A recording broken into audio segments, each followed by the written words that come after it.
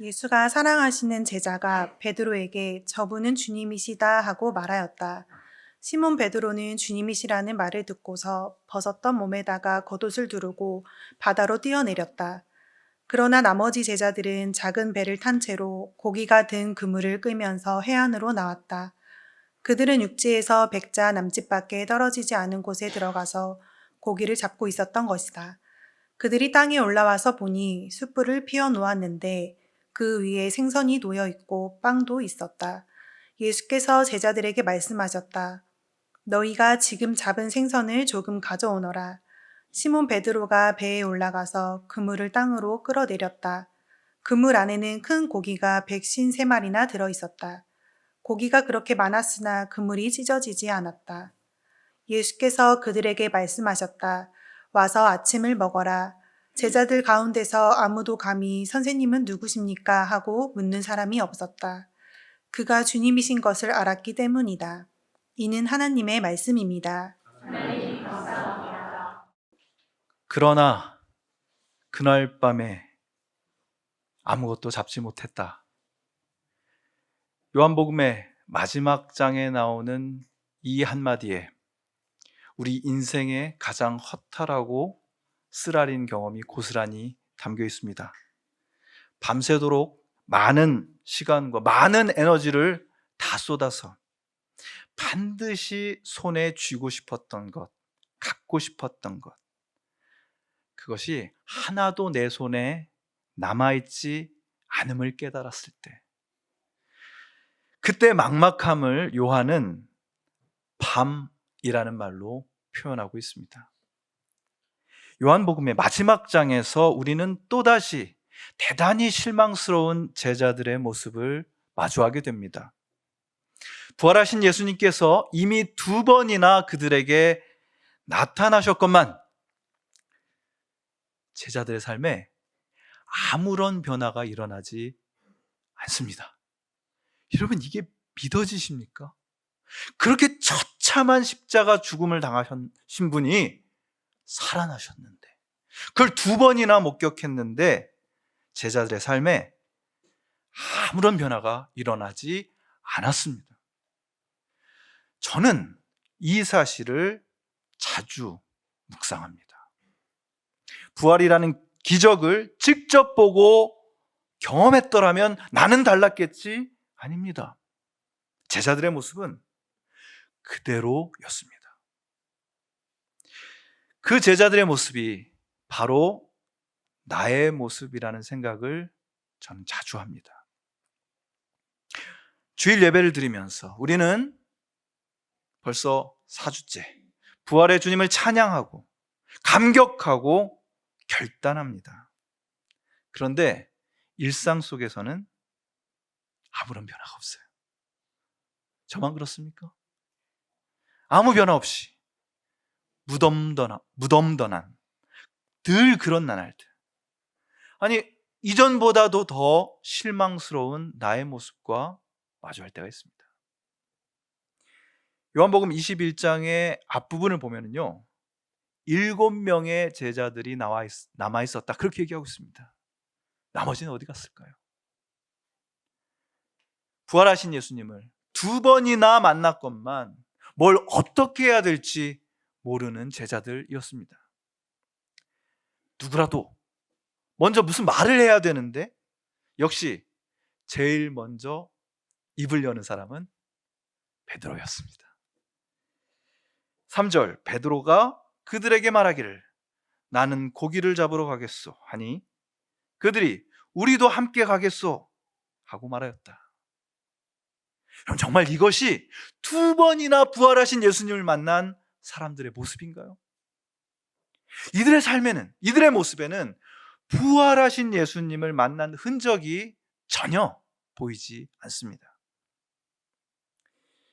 나는 물고기를 잡으러 가겠소. 저는 이 부분을 읽을 때 이렇게 읽힙니다. 나는 물고기나 잡으러 가겠다. 일이나 다시 해야지.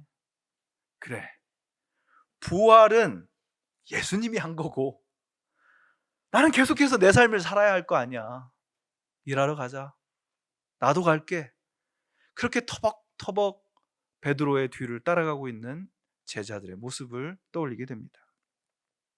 예수님과 많은 시간을 함께 보냈고 예수님의 부활을 믿는다고는 하지만 그런 우리의 삶에 아무런 변화가 일어나지 않을 때 우리의 영혼은 깊은 실망감을 느끼게 되어 있습니다.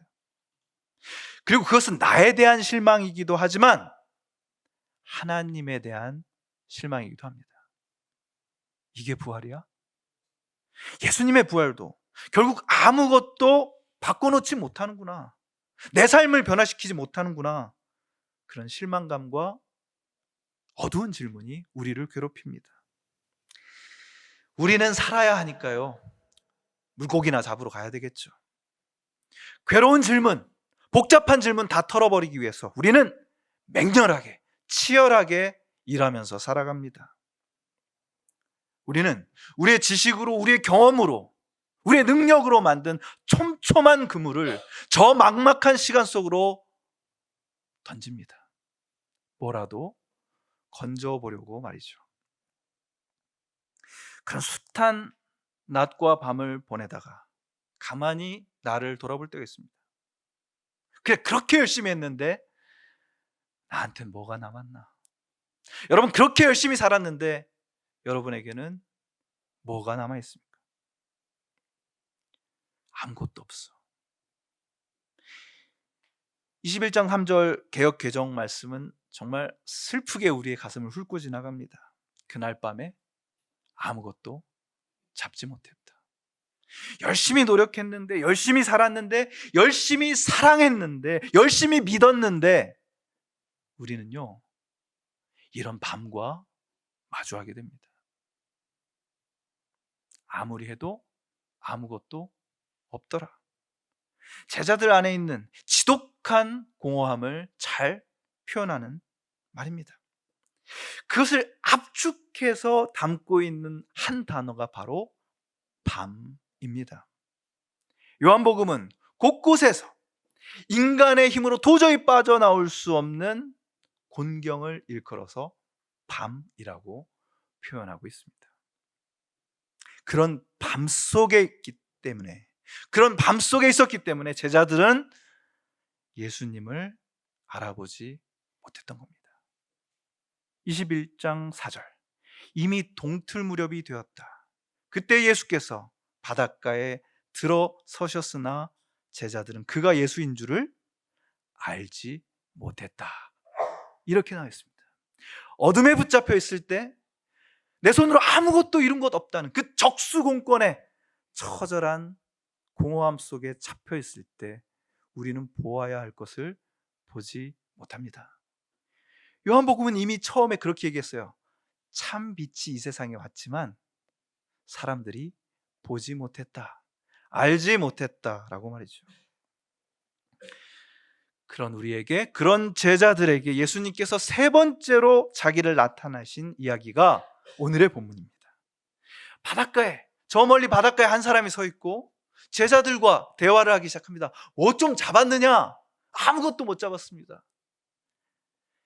근데 그분이 뜬금없이 그 혼돈의 바다 위에 떠 있는 제자들에게 그물을 오른편에 던지라고 말씀하십니다.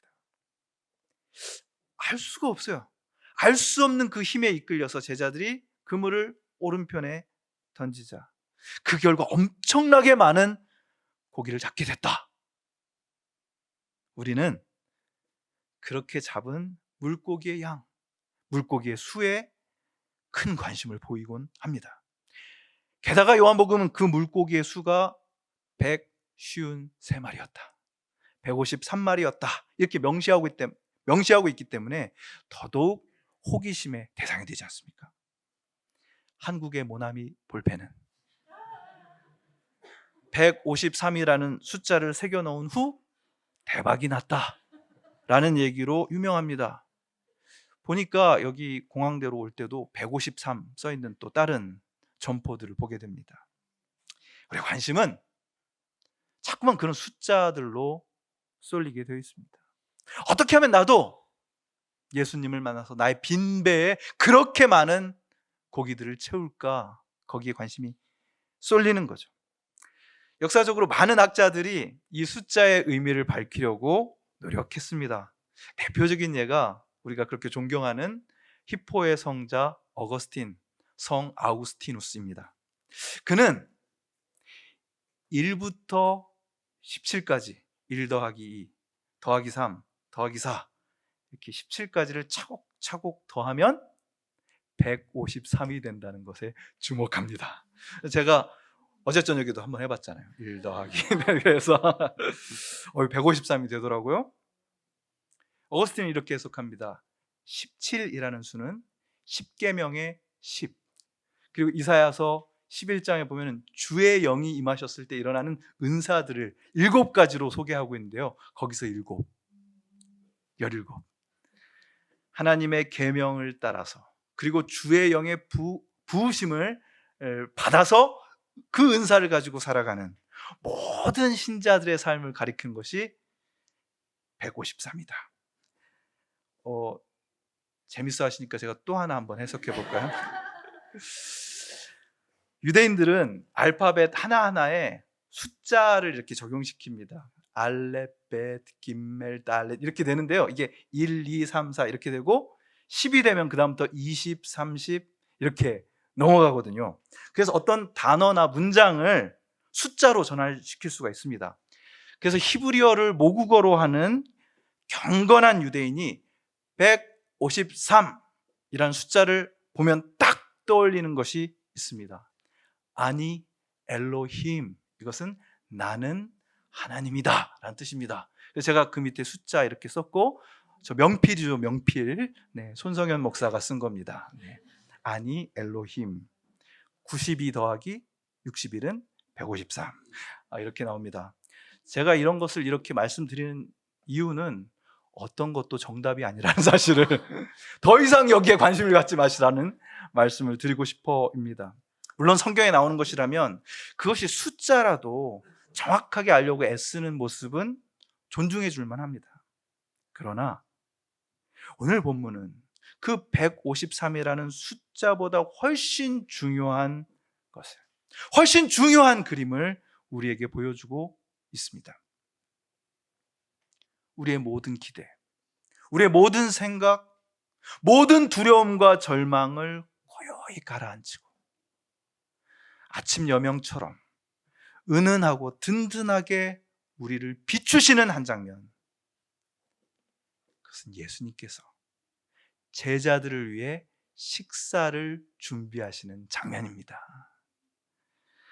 저는 오늘 본문이 포착한 이 놀라운 장면이 저와 여러분의 평생을 동반하면서 여러분의 생각을 사로잡고 여러분의 감정을 사로잡고 여러분의 상상력에 스며들기를 축원합니다.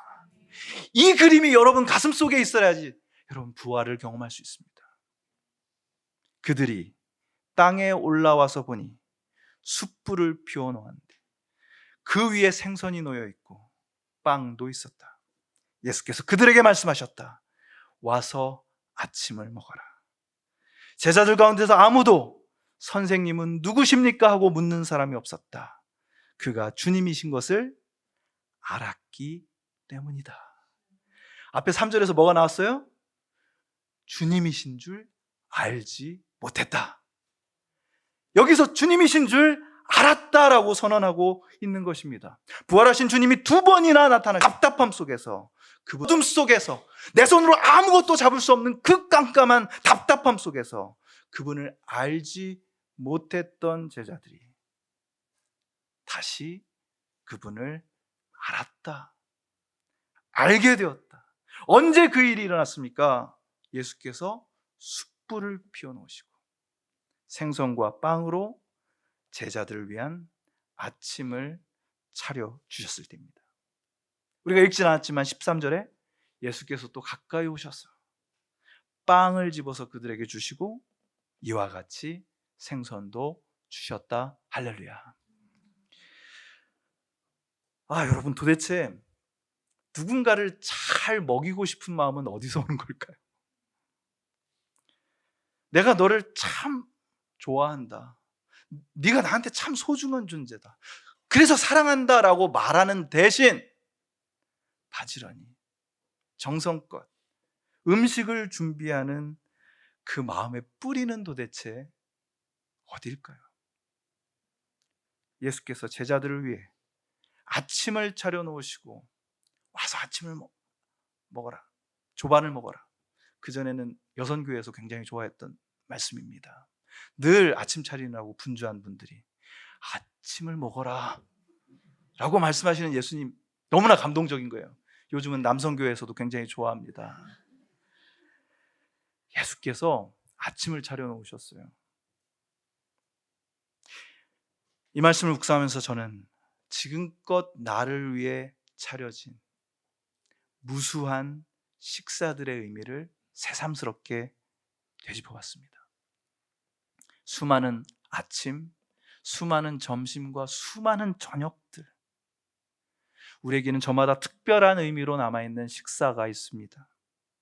누군가가 지쳐있는 나를 위해 준비한 식탁, 빈손으로, 빈속으로 어둠 속을 헤매야 했던 나를 위해 차려놓은 식탁. 여러분, 우리가 이렇게 이 자리에 앉아있는 것은 바로 그 식탁이 있었기 때문임을 잊지 마시길 축원합니다. 우리는 그 식탁 먹고 여기까지 온 사람들입니다. 저는 마음이 허할 때 소설가 박완서 선생이 먼저 가신 박경리 선생을 추모하며 쓴 글을 정말 천천히 곱씹어 읽습니다. 제자 박완서의 기억 속에 있는 박경리 선생은요, 뭔가를 먹이지 못해서 애타는 분입니다. 사랑하는 제자가 큰 아픔을 겪고 죽을 것처럼 힘들고 부끄러워서 다시는 세상을 안 볼 것처럼 자기 안에 꼭꼭 칩거하고 있었을 때 갑자기 몇몇 사람들이 찾아와서 그런 박완서 선생을 납치하다시피 어디론가 끌고 갑니다. 그곳은 원주 단구동, 박경리 선생이 있던 집이었습니다. 사실은 모든 게 선생의 계획이었어요. 저러다가는 완서 죽겠다. 그리고 그것이 모든 것이 선생님의 계획이었음을 말해주는 증거가 선생님이 친히 차려놓으신 점심상이었습니다. 제자는 선생님이 지으신 따순 밥과 배추 속 대국, 그것을 눈물 범벅 아귀아귀 먹었다고 했습니다. 잊을 수 없는 그날의 밥상을 회상하며 제자 박완서는 이렇게 씁니다. 선생님이 내보이신 따뜻한 속정에 저는 비로소 버림받고 헐벗었지만 친정으로 돌아온 딸처럼 마음 놓고 울었다 웃었지요. 그리고 다시 선생님이 제 등을 떠미시니 바깥 세상으로 나가기가 한결 수월해지더이다. 누군가를 위해 식사를 준비하는 마음을 묵상하십시오. 나를 위해 식사를 준비해주는 그 사람을 알아보십시오. 식사를 준비하는 마음, 나를 위해 그것을 준비하는 사람을 알아보는 마음, 이 두 마음이 만나는 곳에, 거기에 새로운 시작이 있습니다. 생명이 있습니다. 부활하신 예수님의 세 번째 나타나심은 그 새로운 시작을 생생하게 보여주는 여명 속의 그림입니다. 수년 전 디베랴 바다에서, 디베랴 바다는 잘 아시겠지만 갈릴리 호수의 다른 이름이기도 합니다. 거기서 예수님은 떡과 생선으로 5,000명이나 되는 사람을 먹여주셨어요. 그런데 십자가 죽음으로, 그 처참한 죽음으로 그 모든 기억이 끊어져 버린 것만 같았을 때, 또 아무것도 붙잡지 못하는 일상 때문에 모든 기억이 희미해져 버린 그 상황에서 예수님은 숯불을 피워놓고 빵과 생선을 준비하십니다. 그리고 말씀하셔요. 와서 아침을 먹어라. 많은 영어 성경이 come and have breakfast 이렇게 얘기했는데요, 한 성경이 이렇게 번역했습니다. Come and break your fast. 너의 단식을, 너의 금식을 깨뜨려라. 어둠 속에 사로잡혀서 생명의 양식을 먹지 못하던 너의 단식을 깨뜨려라. 모든 아침 식사는 어둠의 금식을 깨뜨리는 것입니다. 우리를 살리는 식사는 밤의 금식, 어둠의 금식을 깨뜨리는 아침 식사입니다. 두려움과 슬픔과 외로움의 밤을 깨뜨리는 아침 식사예요. 그것을 아침에 먹든 점심에 먹든 저녁에 먹든 우리를 어둠에서 벗어나게 만드는 식사는 예수님과 함께 먹는 break fast, 여명의 식사입니다. 어떻게 하면 그런 식사를 맛볼 수 있을까요? 이 말은 곧 어떻게 하면 우리가 부활하신 예수님을 다시 만날 수 있을까요? 라는 질문이기도 합니다. 여러분을 위해 차려진 매일매일의 식사를 온 존재로 마주하시기를 축원합니다. 그거 하셔야 됩니다. 그리고 지금의 나를 위해 차려졌던 그 수많은 식사들, 어제의 식사들, 그리고 오늘의 식사의 결과물이라는 사실을 천천히 오래 묵상하십시오. 감사하십시오. 그 식사를 차려준 사람들을 기억하고 감사하십시오. 생각해 보세요. 여러분의 삶에 가장 많은 식사를 차려준 분은 누구일까?